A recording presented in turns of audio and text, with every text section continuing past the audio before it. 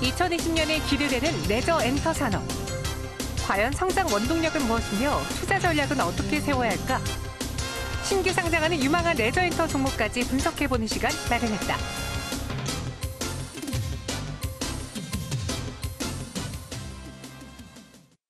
네, 연초맞이 이제 시장에서는 어떤 종목군들이 2020년에 좀 잘 갈까 저희가 소개해드린 시간, 스몰캡 시간 좀 마련해봤는데요.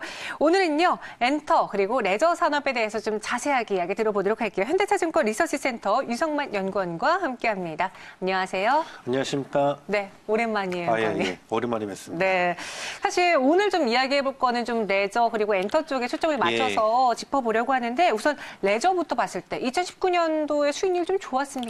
일단 19년도에 레저 종목 이게 좀 최악의 한 해였다고 일단 보고 네. 있습니다. 일단 여행업 같은 경우도 이제 일본 사태 때문에 상당히 힘들었고 네. 카지노 같은 경우도 일단 중국, 일본 둘 다 관계 개선이 잘 안 됐기 때문에 일단 힘들었었는데 또 이제 그 중에서 그나마 조금 괜찮은 좀 종목을 하면은 이제 카지노의 파라다이스 같은 경우가 좀 이제 중반에는 좀 하락이 있었지만 하반기에 영종도의 그 파라다이스 시티가 네. 본격적으로 큰 폭의 흑자 전환을 이루면서 이제 본격적으로 숫자가 나오고 이제 작년 기준으로 내년 내후년에 대한 기대감 때문에 하반기에 큰 폭의 주가 상승을 기록했습니다. 예. 말씀하신 것처럼 정말 그 영종도에 있는 파라다이스 시티가 사실 주변에서도 많이들 놀러 가고 예. 또 해외 관광객들에게도 굉장히 평이 좋았었거든요.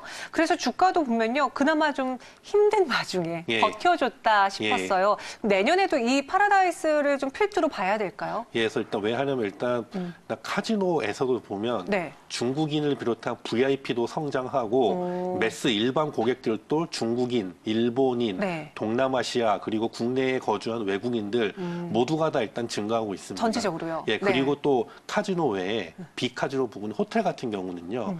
다 아시는 분은 아시겠지만 주말에는 방이 없습니다. 그리고 웃긴 게 네. 이 영종도에 있는데요.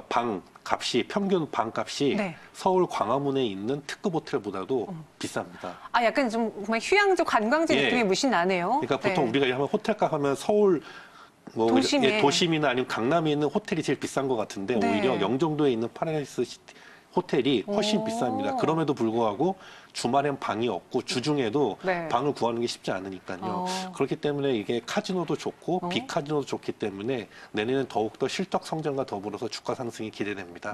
예. 그러면 이 영종도의 분위기를 파라다이스 시티가 이끌어줬다면 내년에 제주도의 경우는, 그러니까 올해죠. 제주도의 예. 경우에는 이제 도시명 복합 리조트가 완공되면서 또 하나의 붐을 일으킬 수 예. 있지 않을까 싶은데 어떻습니까? 예, 그러니까 네. 롯데 관광개발 상장회사죠. 롯데 네. 관광개발이 올해 이제 2분기 4월에서 5월에 제주도의 가장 중심인 노영도, 그러니까 일종의 제주도의 강남이라고 보시면 제주도의 되는데 강남. 제주도 중심지가 이제 제주공항에서 인접하고 거기에 네. 도시명 카지노인 제주 드림타워를 오픈합니다. 그래서 기존 제주도에는 이런 영세한 규모의 카지노밖에 없는데 이제 그 대규모의 초대형 카지노를 하고요. 또 거기에 호텔이 들어서는데 그랜드 하얏트와 같이 콜라보를 해서 그랜드 하얏트 브랜드로 전 객실이 다 스위트 룸으로 해서 이렇게 좋은 시설을 갖추기 때문에 초대형 카지노에 좋은 호텔 시설, 이게 거기다 또 제주도의 가장 중심인 좋은 위치에 이렇게 됐기 때문에 일단 당장에 오픈하면은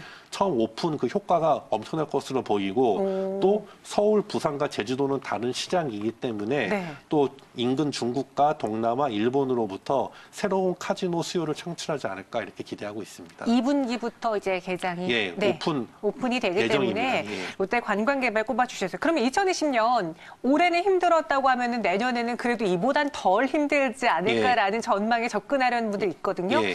매수해봐도 괜찮을지 이 레저 업에서는 여행, 카지노 어떤 쪽으로 좀 집중적으로 파고 들어가 봐야 될까요? 일단 네. 작년도 2019년도 대비 올해 2020년에 기저효과, 그러니까 작년 대비 올해 확실하게 실적이 좋아지는 건 여행업입니다. 아, 여행이요? 예, 작년에 네. 너무 안 좋았습니다. 그쵸. 아시겠지만 특히 이제 한일 관계 악화되면서 여행업의 가장 큰 부분을 차지하던 일본 노선이 엄청난 손실을 기록하면서 네. 2019년도 아직 4분기 실적이 안 나왔지만 되게 그 연초 대비 19년도 연초 대비 너무 안 좋게 됐거든요. 근데 2020년도에는 이제 얼마 전에 문재인 대통령과 일본 아베 총리도 만났고 회담 가졌죠. 예, 네. 또 올해 7월 말에 도쿄 올림픽이 열리지 않습니까? 그러면서 한일 관계 회복도 될 것 같고 또한 문재인 대통령이 이제 중국에 가서 시진핑 주석과 정상회담하고 시진핑 주석도 올해 상반기 안에 방한이 가능성이 상당히 높은 걸 봤을 때 한중 관계도 정상화되는 걸 고려했을 때 일단 여행업이 올해 가장 작년 대비 그 어느 업종 대비도 네. 수익성 개선에 있어서 가장 크지 않나 이렇게 보고 있습니다. 폭풍이 좀 좋을 것으로 예상하신다. 그러면은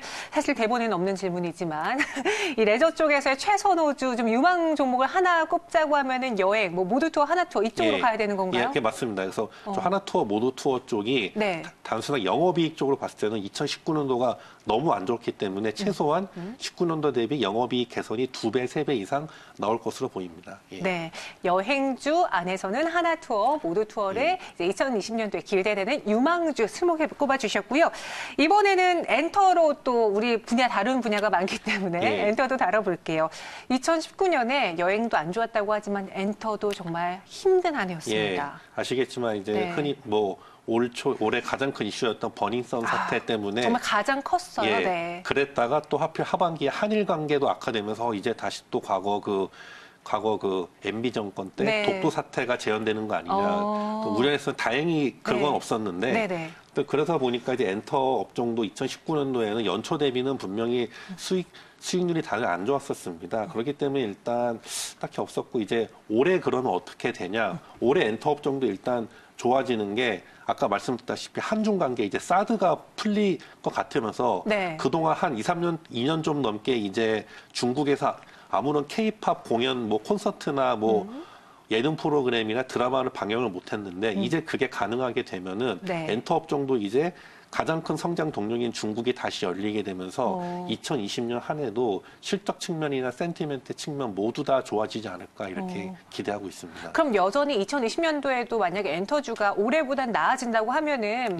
빅히트 엔터가 상장을 하지 않는 한 여전히 대장은 이제 3파전, 뭐 YG, JYP, SM으로 갈 텐데 이들의 향방은 어때요? 이제는 3파전이라고 말하기 힘든 만큼 YG가 좀 힘들잖아요. 예, 그래서 일단 YG 엔터 같은 경우는 좀 일단 지난 버닝썬 사태 그런 것도 있고 이렇게 되면 단시 좀 이게 좀 추스려야 되기 때문에 좀 그런 게 있고 시간이 필요하고요. 아직 시간이 필요하다. 예, 일단 SM이랑 JYP 중에서 어떤 게 좋은가인데 중국에 한해서만큼 봤을 때는 분명 SM 엔터가 훨씬 좋습니다. 이유가 뭐냐면 가수나 배우의 숫자가 아티스트의 숫자가 제일 많고 또 사드 이전에 흔히 말하는 중국에서 좀 떴다 얼굴을 알린 가수들이나 배우들이 제일 많아요.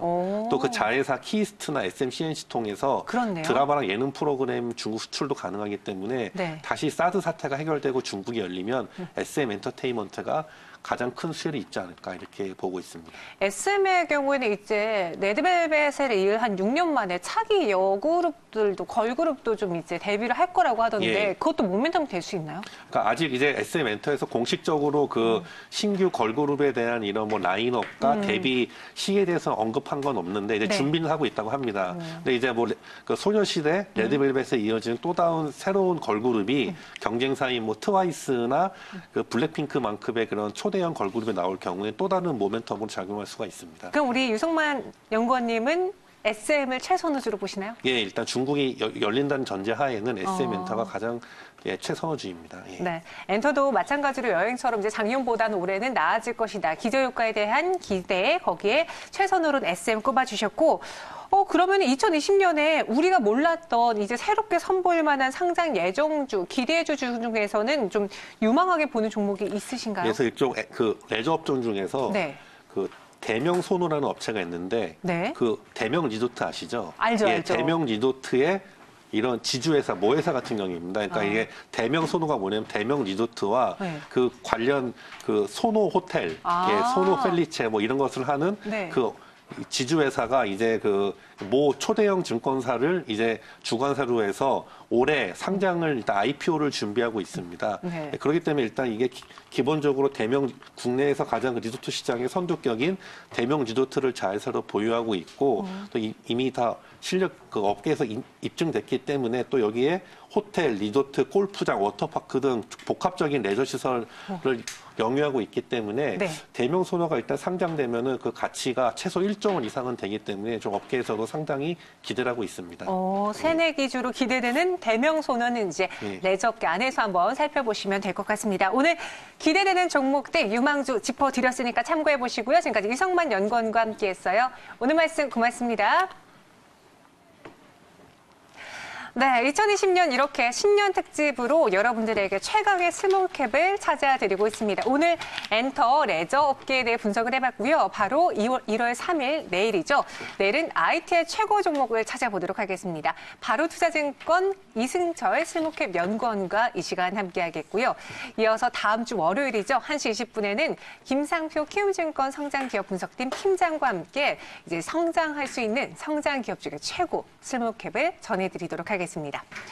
네, 이어서 다음 1월 7일에는요, 오후 1시 20분에 헬스케어 또 의료기기 쪽을 살펴볼 텐데요. 저 길게 봤을 때 유망하는 산업 중에 하나죠. 과연 미래에셋대우 김충현 애널리스트는 어떤 종목을 최선호주로 꼽아줄지 전해드리도록 하겠습니다. 다가오는 1월 8일의 경우에는 1시 20분에 메리츠증권 강남금융센터 정영훈 과장과 함께 객장에서 눈여겨보고 있는 종목을 발굴해드리도록 하겠고요. 또 1월 9일의 경우, 1월 10일의 경우에는 오후 1시 20분 최성환 리서치아름 대표와 함께 자문사가 사는 종목은 무엇일지 2020년의 스몰캡 전해드리도록 하겠습니다. 신년 특집으로 마련한 이번 시간 많은 관심과 사랑 부탁드립니다.